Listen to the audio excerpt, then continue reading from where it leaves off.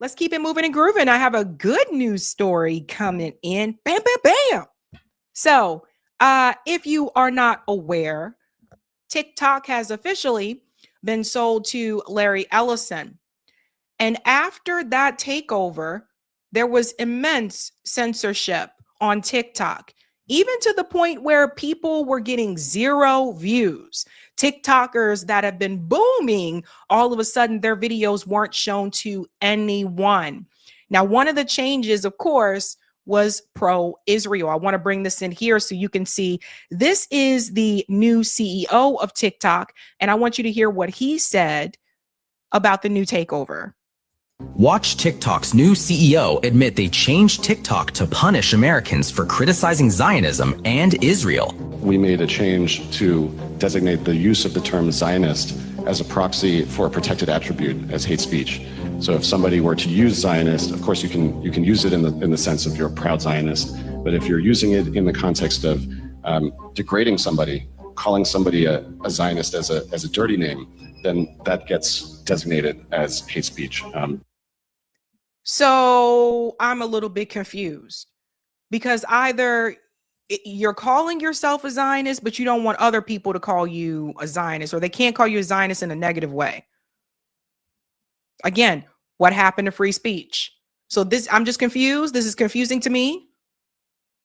But here we are. Make up your mind. To be moderated against. We tripled the amount of accounts that we were banning for hateful activity. We also have, I think, over 24 Jewish organizations that are constantly feeding us intelligence and information when they spot violative trends. Why do you think Zionists work hard to suppress Americans' free speech? And ladies and gents, that is the new TikTok. So many of us have left TikTok. I deactivated my account.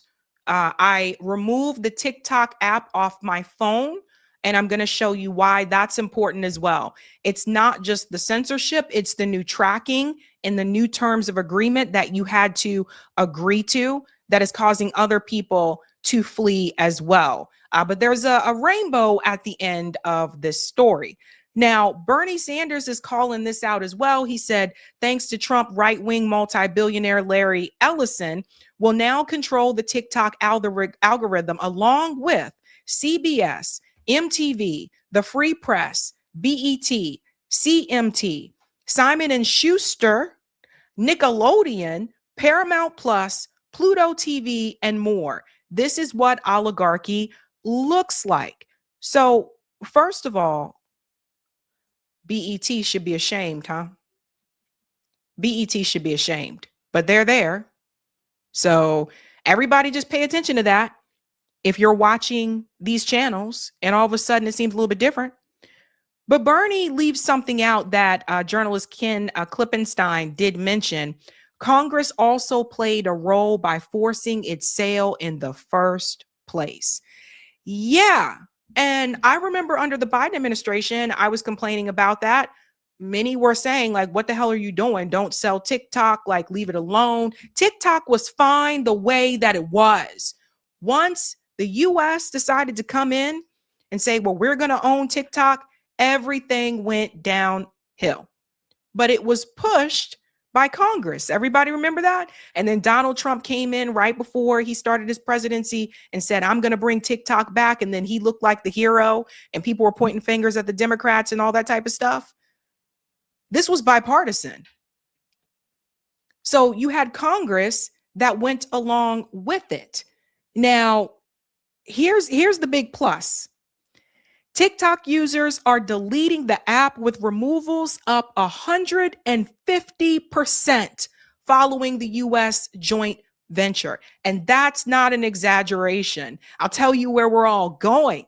TikTok users have been deleting the app at a higher rate since the company announced that its US operations would be housed in a new joint venture. I'm going to reword this. They've been leaving at a higher rate since the company announced that it was now owned by Larry Ellison and he increased censorship and tracking information.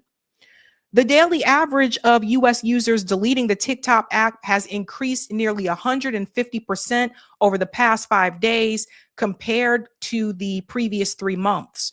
That is according to market intelligence firm Sensor Tower. Some users took to social media to voice their skepticism about the new joint venture after being prompted to agree to an updated privacy policy. Yeah, and it was not good. It goes on to say here, several social media posts pointed to language in the new policy that describes the type of data TikTok may collect, including sensitive information such as your racial and ethnic origin, your sexual life or sexual orientation, status as transgender, non-binary, citizenship or immigration status, or financial information. Now, why does an app that became pretty popular because people were doing dance moves on there, why do they need that information? It's just more surveillance, just more way to keep tabs on you. So my recommendation to everyone watching, get that app off your phone. They are tracking you. So pay attention to that. The financial information part is really scary. Despite the social media uproar, the language does not appear to be new. An archived version of the policy from August 2024 includes the same provisions. These concerns appear to have weighed on sentiment around the app after the announcement of the joint venture, contributing to a spike of uninstalls over the past several days. And here is something else that TikTok was doing. They quietly expanded ad targeting and location tracking for US users. Users must accept the new terms to continue using the app.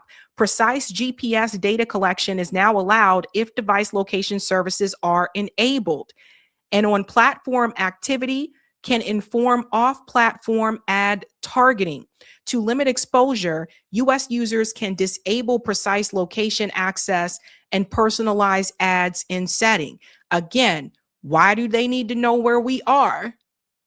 Why do they need to track you? You know, back in the day when Edward Snowden said the government was spying on the people, and of course they were using these tools not just to target their enemies, and we use enemies lightly on this show, but to watch all of you. And there were a number of people that were angry at Edward Snowden. But now we see a lot of these things are more exposed. Again, why do they need to know where you are, where you're located? Well, Gavin Newsom decided to jump into this. He said, it's time to investigate. I'm launching a review into whether TikTok is violating state law by censoring Trump critical content.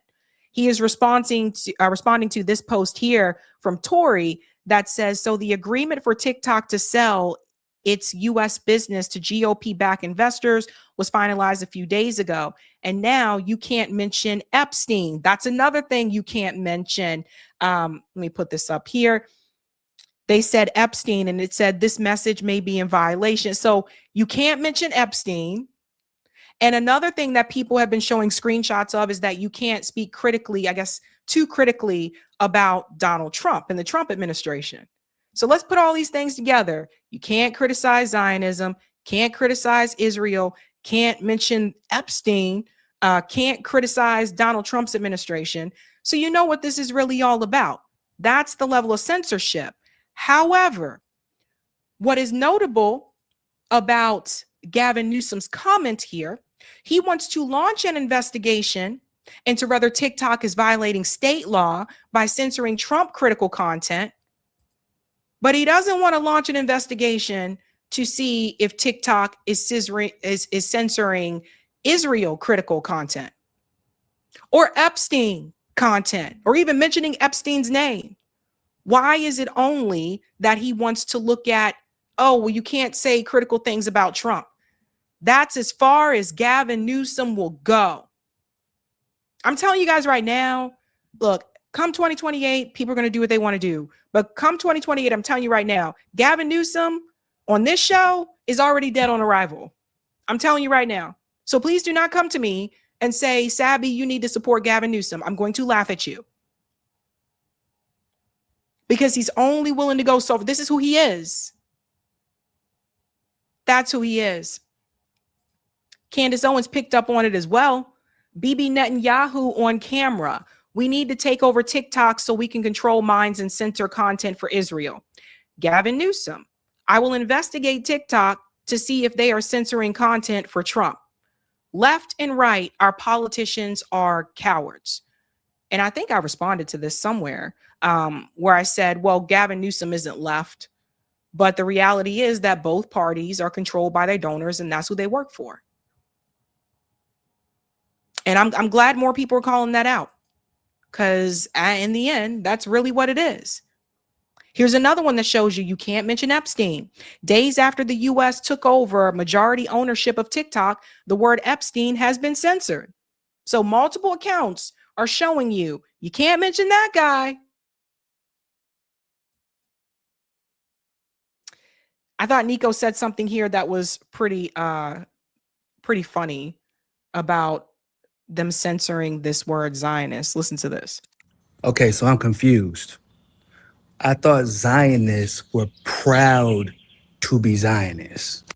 So if you don't feel guilty for the label that you are calling yourself, why would you then designate that word as hate speech? I mean, literally all over social media, y'all, these people refer to themselves as proud Zionists. And according to you all, it just means that Israel has a right to exist, right? So are you proud to be a Zionist? And do you want people to refer to you as a Zionist? Or is calling you a Zionist a form of hate speech and you're offended by it? Because it can't be both, my guy. You see this right here, TikTok? This is why everybody moving to Upscroll. We all knew this was coming whenever that Zionist billionaire bought this shit. We knew it was coming. Y'all can't even get your story straight. Y'all don't even know if y'all like being called Zionists or not. We don't know what to post anymore. So we just gonna leave. How about that? But y'all still Zionists though. I don't care if you call it hate speech. Y'all still Zionists. Yeah, it does not make any sense. It's like you don't want to be called a Zionist. You do want to be called a Zionist. I'm just really confused here. But at the end of the day, we moved on. We moved on to an app called Upscroll. I'm there. You can find a bunch of people, not just me, but a lot of other people that are on there. All your faves that were on TikTok, some of the accounts that you follow on Twitter, we all moved over to Upscroll. And Upscroll, it says time to scroll differently. Shadow banned elsewhere? Not here. Upscroll is the social platform where every voice gets equal power. No shadow bans, no algorithmic games, no pay to play favoritism, just authentic connection where your content reaches the people who matter most. Join the switch everyone's making. Join Upscrolled. And Upscrolled was created by a Palestinian American.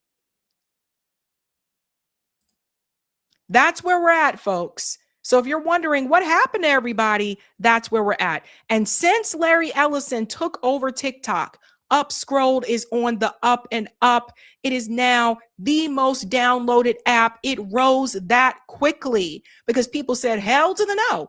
I am out of here. Your favorite guy, Guy Christensen, he was one of the first people I saw promoting Upscrolled. He gives the news here for you. Guys, it's happening. A Palestinian-owned social media platform called Upscrolled is #2 in the world, trending on X, Twitter, and Instagram, with hundreds of thousands of users fleeing their platforms to go to Upscrolled because it promises no censorship and no billionaires controlling you. What better way to say F you to Larry Ellison for buying TikTok than putting a Palestinian-led social media platform at #1 spot? At the #1 spot, we need to be spreading the word, representing Upscrolled, and telling everyone that we're going to Upscrolled, no matter what platform, because all these platforms are controlled by the same ring of like-minded billionaires. I'm on there. I just hit 40K. You can find me. My username is GUY. Tell everyone, tell your friends, tell the whole internet. Thank you. And free Palestine. Yeah, man, we're going to drop the beat. And I know we haven't done it in a while, but we got to drop the beat for Upscroll.